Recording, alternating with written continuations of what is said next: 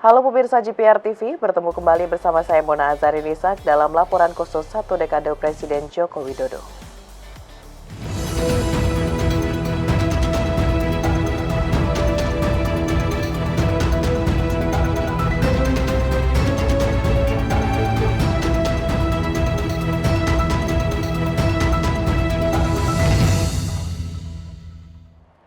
Pemirsa, kita ke informasi pertama. Pemerintah meluncurkan buku capaian 10 tahun pemerintahan Joko Widodo.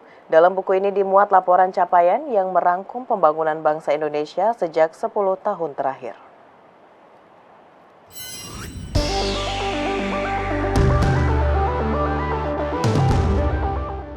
Pemerintah meluncurkan buku capaian 10 tahun pemerintahan Joko Widodo melalui laman capaiankerja.presidenri.go.id.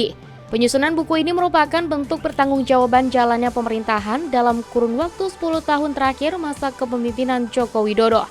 Simbol Mobius Strip dipilih sebagai tema besar untuk menggambarkan pengaruh dan keputusan seorang pemimpin tidak berhenti begitu saja ketika masa jabatannya selesai, tapi terus terasa dan memengaruhi kehidupan rakyat di masa depan. Pada Mobius Strip ini digambarkan berbagai pencapaian dan kebijakan yang pernah dijalankan oleh presiden tersebut. Mulai dari pembangunan infrastruktur yang kuat, kebijakan yang memihak rakyat sampai hubungan diplomatik yang mengharumkan nama bangsa. Semua ini ditampilkan untuk menunjukkan bahwa apa yang dilakukan oleh presiden ini tidak hanya untuk masa jabatannya saja, tetapi juga untuk masa depan negara. Tema ini juga mengisyaratkan bagaimana masa lalu dan masa depan saling berhubungan. Mobius Strip ini digambarkan sebagai jembatan yang menghubungkan keduanya, memperlihatkan bahwa apa yang diwariskan oleh seorang presiden bisa menjadi landasan untuk generasi berikutnya. Dalam buku ini dimuat laporan capaian yang merangkum pembangunan bangsa Indonesia sejak 10 tahun terakhir. Presiden Joko Widodo datang dengan kacamata Indonesia sentris dalam membangun bangsa.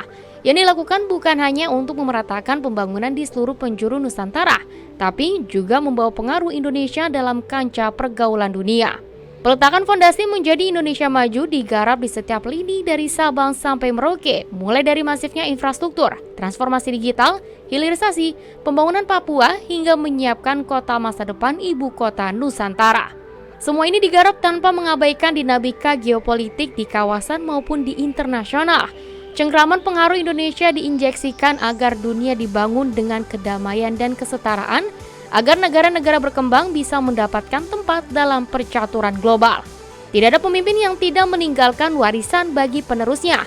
Demikian pula perjalanan 10 tahun terakhir ini masih ada pekerjaan-pekerjaan yang harus diteruskan di samping mempertahankan apa yang sudah berjalan. Semua ini semata-mata agar masyarakat tetap bisa mendapatkan manfaat dan merasakan kenikmatan menjadi warga negara Indonesia.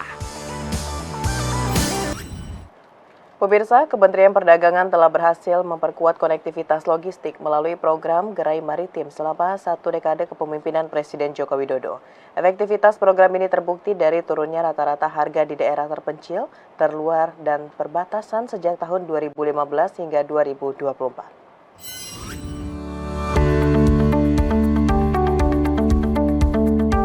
Satu dekade kepemimpinan Presiden Joko Widodo, Kementerian Perdagangan telah berhasil memperkuat konektivitas logistik nasional melalui program Gerai Maritim yang memiliki peranan penting dalam menurunkan harga barang kebutuhan pokok, barang penting, dan barang lainnya di luar Pulau Jawa. Efektivitas program ini terbukti dari turunnya rata-rata harga di daerah terpencil, terluar, dan perbatasan sejak tahun 2015 hingga 2024. Tren koefisien variasi harga antar wilayah terus menunjukkan penurunan dari 14,2 pada 2015 menjadi 10,15 pada triwulan 2 2024. Diikuti dengan stabilitas harga barang kebutuhan pokok yang semakin baik, terlihat dari penurunan angka koefisien variasi antar waktu dari 6,3 pada tahun 2015 menjadi 3,23 pada triwulan 2 2024. Meskipun sempat mengalami kenaikan pada tahun 2022 dan 2023 akibat komoditi super cycle pasca COVID-19, kondisi kembali membaik pada tahun 2024. Direktur Jenderal Perdagangan Dalam Negeri Kemendak Moga Simatupang menyatakan bahwa Gerai Maritim memanfaatkan tol laut dan jembatan udara untuk mendistribusikan barang ke berbagai wilayah. Dengan dukungan tol laut dan jembatan udara, program ini berhasil mengurangi fluktuasi harga, memperkecil disparitas harga antar wilayah, dan memastikan kelancaran arus barang ke seluruh pelosok Indonesia.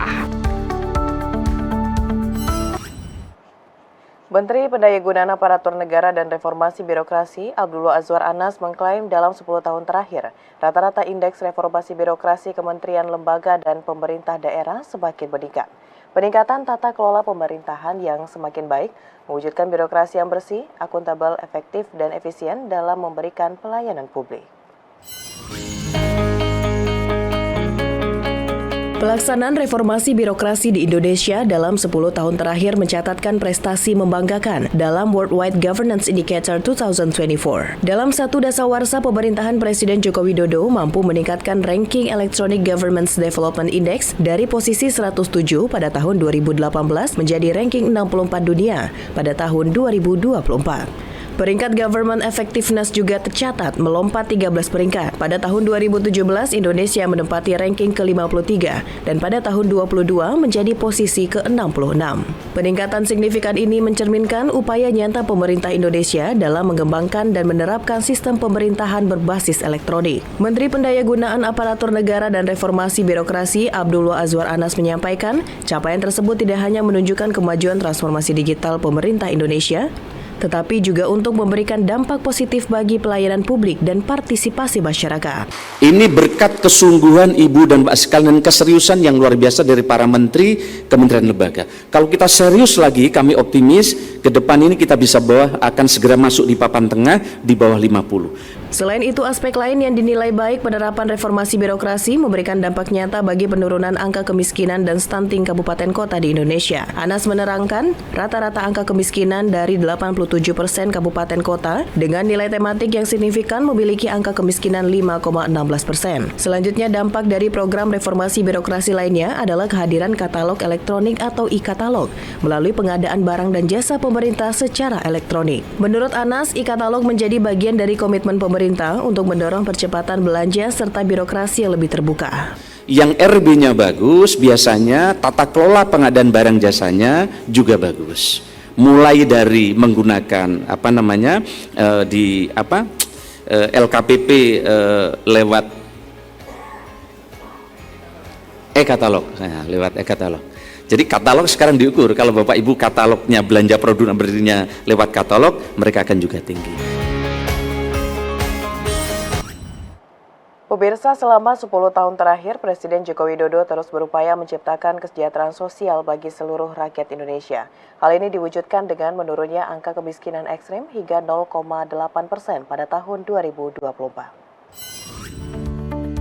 Satu dekade kepemimpinan Presiden Joko Widodo, pemerintah berhasil mengoptimalkan program yang telah berjalan sekaligus menciptakan langkah-langkah baru yang memberikan kemudahan bagi masyarakat untuk dapat mengakses pendidikan dan layanan kesehatan. Kartu Indonesia Pintar dan Kartu Indonesia Sehat menjadi kunci terbukanya akses bagi masyarakat miskin untuk meningkatkan taraf hidupnya.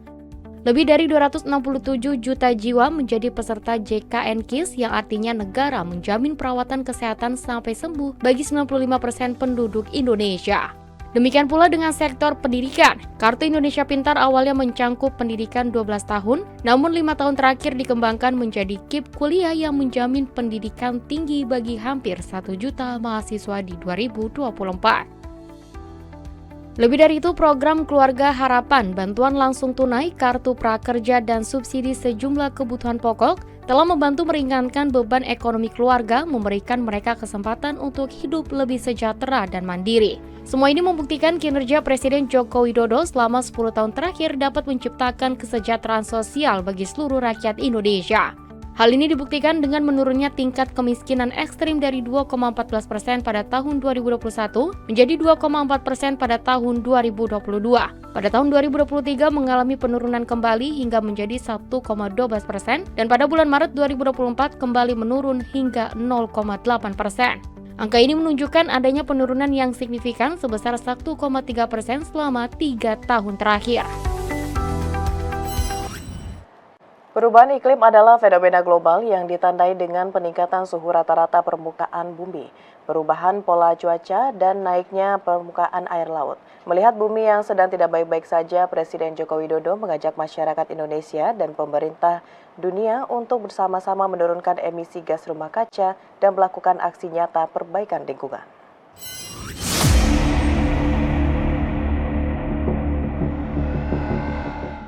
Penurunan emisi karbon menjadi perhatian serius pemerintah 10 tahun terakhir. Suhu global meningkat akibat pembakaran bahan bakar fosil yang menyebabkan berbagai bencana seperti kekeringan hebat, kelangkaan air, naiknya permukaan laut hingga penurunan keanekaragaman hayati. Mencegah hal tersebut lebih masif terjadi, Presiden Joko Widodo mengajak dunia bersatu dan berkomitmen menurunkan emisi gas rumah kaca dalam COP21 yang menghasilkan Paris Agreement 2015. Pemerintah Indonesia turut dalam penyusunan Nationally Determined Contribution hingga Enhanced NDC yang menjadi panduan seluruh pemangku kepentingan. Di dalam negeri, warisan pemerintah 10 tahun terakhir dalam mitigasi perubahan iklim mencakup berbagai kebijakan dan inisiatif penting yang membawa perubahan positif. Perubahan baik itu bisa masyarakat lihat dan rasakan dari sektor energi yang telah menurunkan emisi gas rumah kaca sebesar 127,67 juta ton di tahun 2023. Nilai tersebut jauh di atas target yang disepakati pada COP21.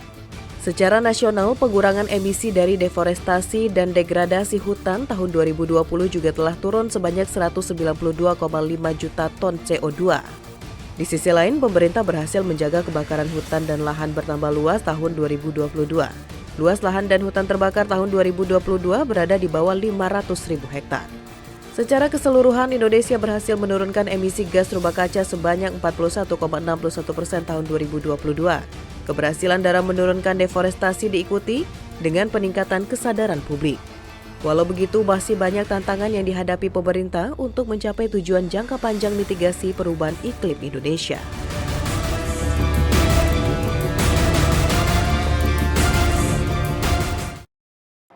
Pemirsa, usai jeda pariwara, Kominfo Newsroom akan kembali dengan informasi lainnya. Tetaplah bersama kami.